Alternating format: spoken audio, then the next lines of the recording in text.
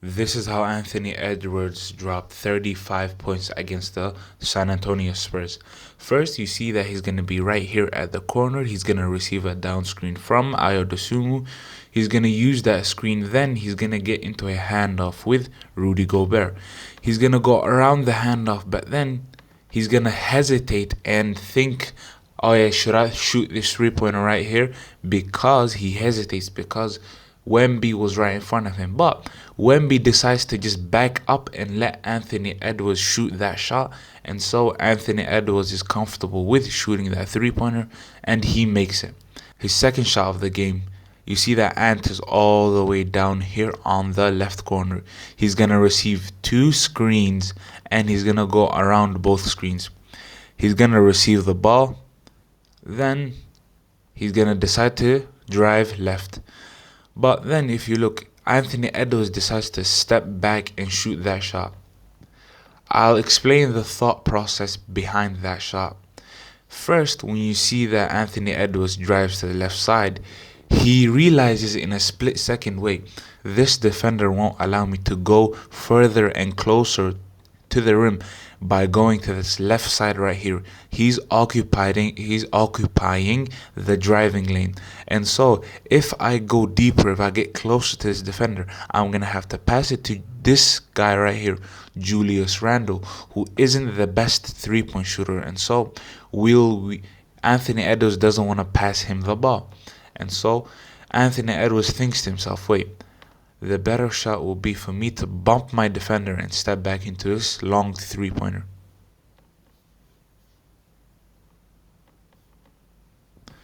His third shot of the game is a very simple one, but it has a very key concept. First, you see that Dylan Harper has the ball. He's going to drive, but then he's going to lose the ball. Terrence Shannon Jr. is going to end up with it. And then you see that Terrence Shannon Jr. and Anthony Edwards were sprinting down. Anthony receives the ball and dunks it. The most important concept of this play or slash principle is every time in transition, run as hard and as fast as you possibly can. But the moment you receive the ball, you do not need to sprint 100%. If you see and if you look at the tempo that Anthony Edwards runs in right after he gets the ball, he calms down and he takes two slow steps and dunks it carefully. You don't want to be the guy that misses a wide open transition shot. His fourth shot of the game is a highlight play. First, you see that he's going to receive a down screen from Rudy Gobert. Then he's going to get the ball. He's going to get into a normal pick and roll with Rudy Gobert. But he decides to split the pick and roll. The reason that he can split the pick and roll is because Rudy Gobert's defender, Luke Cornett, gave way too much space between him and Rudy. And so splitting the pick and roll is when you go around the screen and realize that, wait, there's too much space between the screener and the guy who's guarding the screener. And so Anthony Edwards splits the pick and roll. And then he's going to decide to get into that pickup right there, a one-hand scoop pickup. This is the final shot of the breakdown. First, you see that Anthony Edwards is in an ISO with Devin Vassell. He goes to the right side, he gets by him, and then he decides to do that right there. You might think, wait, that shot looked very, very, very easy. Well, let me break it down for you.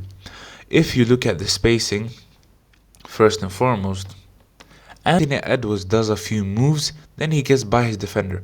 But more importantly, if you look at De'Aaron Fox and all the other defenders, they weren't ready. If we go back from the beginning, you see how all the Spurs defenders are running back. They're unorganized. You see that Luke Cornett is pointing out the people that their team needs to guard. They're very unorganized and they're not ready to help in.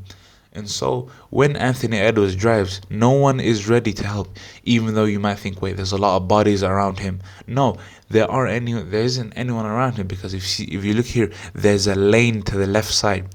You see that there's a very clear line that Anthony Edwards can take to get into the paint and get a left-hand layup. And so he gets into the paint, but he realizes the way, I'm going to end up facing this defender right here, Luke Cornett, a rim protector. So I'm going to 2-foot contact lay with my left hand so I don't get blocked. This was the final shot of the breakdown. Comment, like, subscribe. Comment down below if you want me to break down any specific player in the playoffs. And yeah, peace out.